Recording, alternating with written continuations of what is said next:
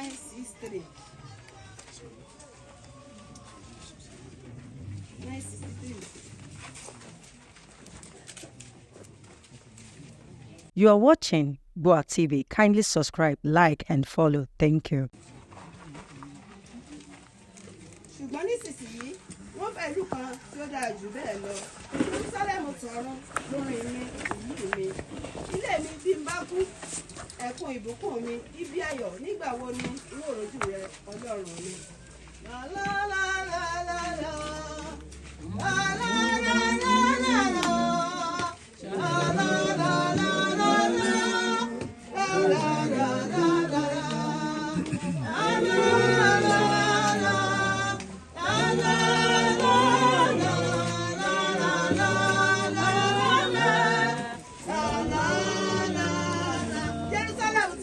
Jerusalem tọ̀run lórí mi ìlú mi, ilé mi bí bá kú ẹkún ìbùkún mi ibi ayọ̀ nígbà wo lèmi ò rojú rẹ Ọlọ́run mi. Ibẹ̀ lọ́ba mi wà. Ọ̀dọ́lẹ́bí láyé, áńgẹ́lì kọrí fún, wọ́n sì tẹríba fún, ibi ayọ̀ nígbà wo lèmi ò rojú rẹ Ọlọ́run mi.